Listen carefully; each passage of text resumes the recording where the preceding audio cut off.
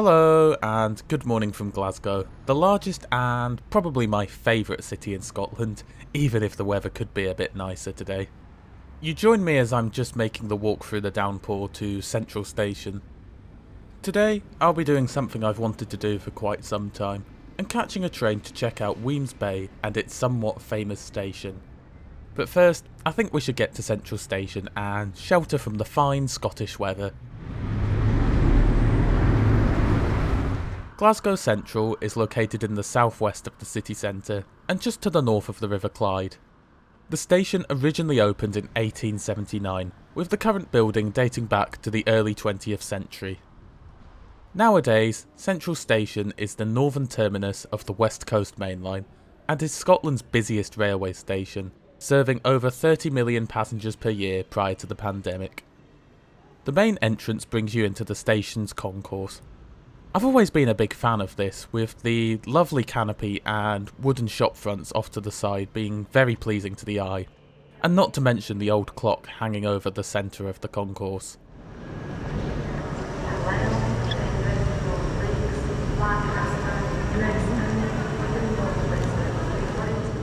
Anyway, this is one of those rare occasions where I still need to buy my ticket.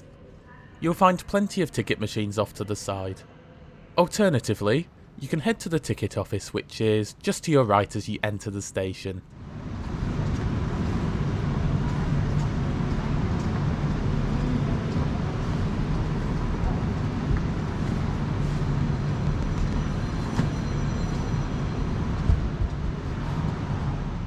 After a bit of a fight with the machine, I get it to give me the correct fare. £5.60 for an off-peak return with a rail card, or £8.50 without. No advance singles are offered on this route, so there is no advantage to purchasing in advance, and for those of you wondering, a single is only 10p less than a return. One last thing regarding the station, there are a fairly good selection of shops and restaurants on offer here, which includes everything from Burger King to a champagne bar, and there's even a 4-star hotel.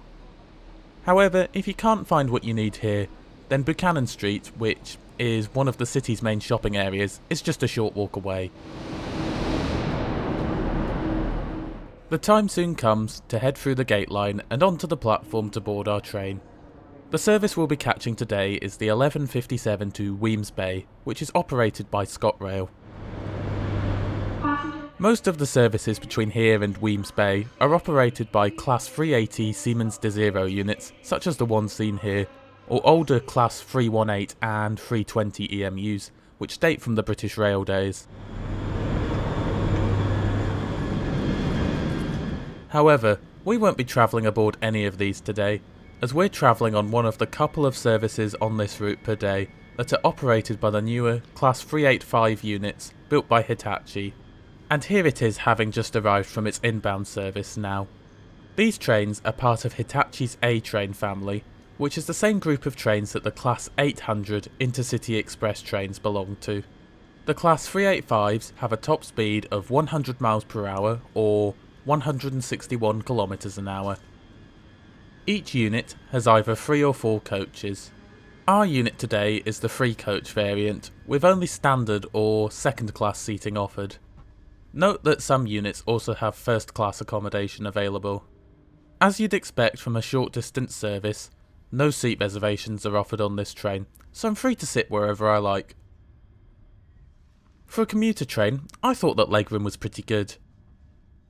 You'll be pleased to hear that a tray table of the large and sturdy variety is provided. Beneath the seats, you'll find a plug socket. One is provided for every 2 seats. Now, I should have brought my washing with me, as these trains are unfortunately kitted out with these rock-hard ironing board seats. They're not great at all, but as we won't even be on here for an hour, it's not exactly the end of the world.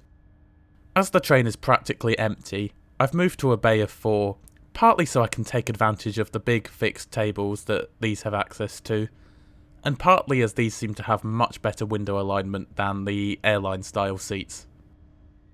Anyway, before we set off, let's just take a quick look at our route for today. We'll initially head south and across the Clyde before heading west to Wemyss Bay, via the likes of Paisley, Bishopton and Port Glasgow. Total distance to Wemyss Bay is 36.5 miles or 59 kilometres, and we're scheduled to arrive there at 12:47, giving us a total travel time of 50 minutes.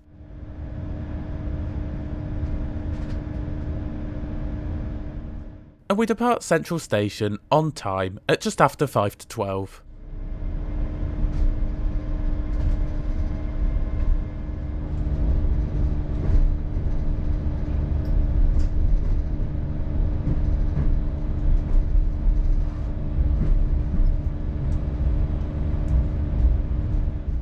Almost immediately after departure, we cross the River Clyde. Historically, the river and the city of Glasgow played an important role in the development of the British Empire, being a major hub for shipbuilding.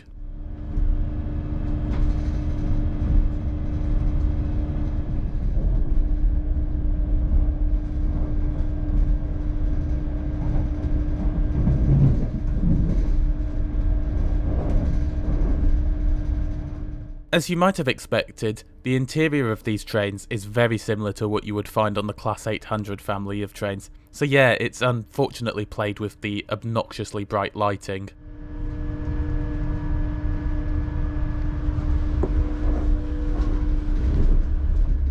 Spaces for bicycles are provided at one end of the train, which is good to see. These are free to use and do not need to be reserved in advance. I must also say, I do really like the moquette used on the seats. While simple, it looks very smart, and I'm also a big fan of the fact that a different design is used on the priority seats, making them much easier to find for those who require them. At one end of the train, you'll find a large accessible toilet, as well as spaces for wheelchair users.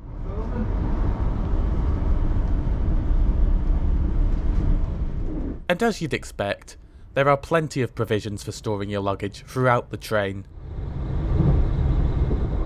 Toilets can be found in the front and rear coaches.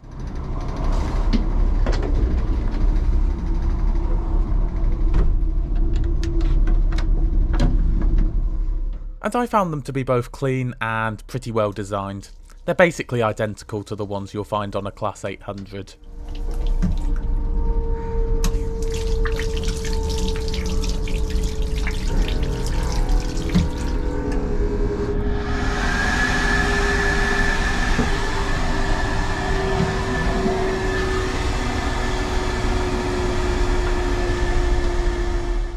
As is advertised throughout the train with ScotRail's humorous "Say Aye to Free Wi-Fi" stickers, this train is Wi-Fi enabled. And as train Wi-Fi goes, it's not bad, so that's an aye from me.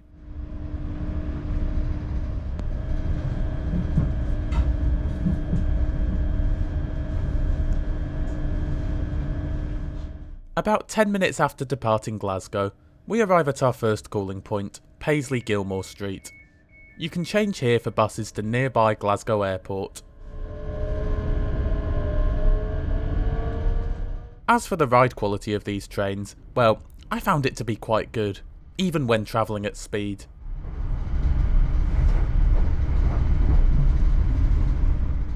A short while after departing Paisley, we pass Glasgow Airport as we run alongside the M8.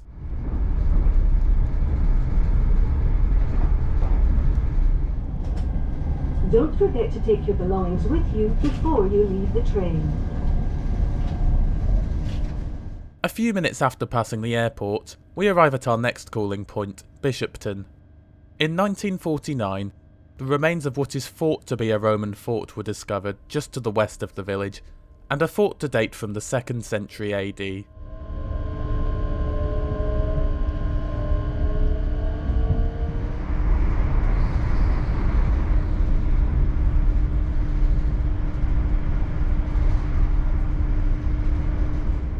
Our route eventually leads us to following the Clyde on its south bank.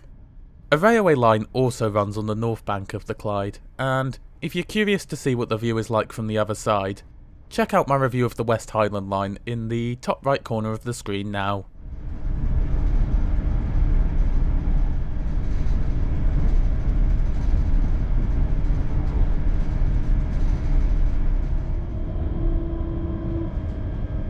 Don't forget to take your belongings with you before you leave the train. Next up is Port Glasgow, named as such as, historically, this was as far up the Clyde as large ships could sail before the waters became too shallow, so the main port serving Glasgow was established here. From Port Glasgow, we branch away from the main branch of the Inverkip line, which we have been travelling on up to this point, and join the Wemyss Bay branch.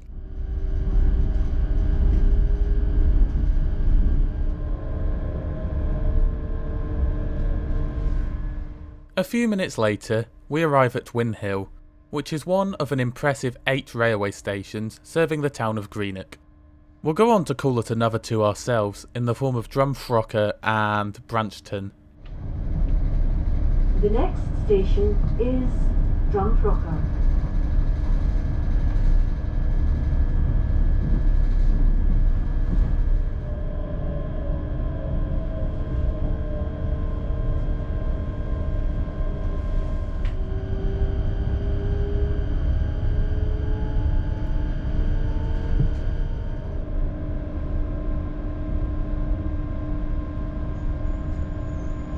Station is Inverkip.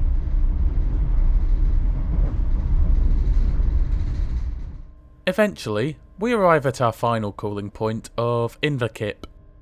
The village is located near where the River Kip flows into the Firth of Clyde, with Inver being derived from the Gaelic word for the mouth or confluence of a river, hence the name Inverkip. Overall, I thought that this was a rather pleasant journey. Now sure, there's room for improvement with these Class 385 units, namely the seats and the lighting, but for a short journey such as this, I thought that they were okay, and that the £5.60 I paid for a return represented good value for money. But what did you make of the experience? Be sure to let me know in the comments below. Anyway, don't go anywhere just yet, as the main attraction is yet to come.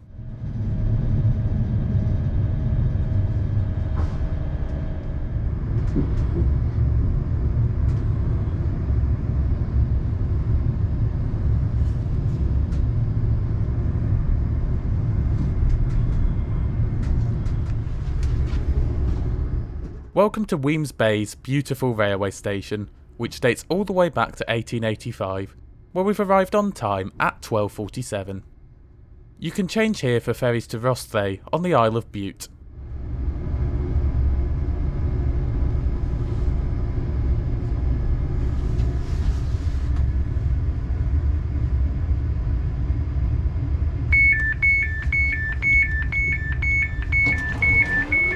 I'm going to leave you with some shots of the station to finish, but in the meantime, I do hope you enjoyed the video.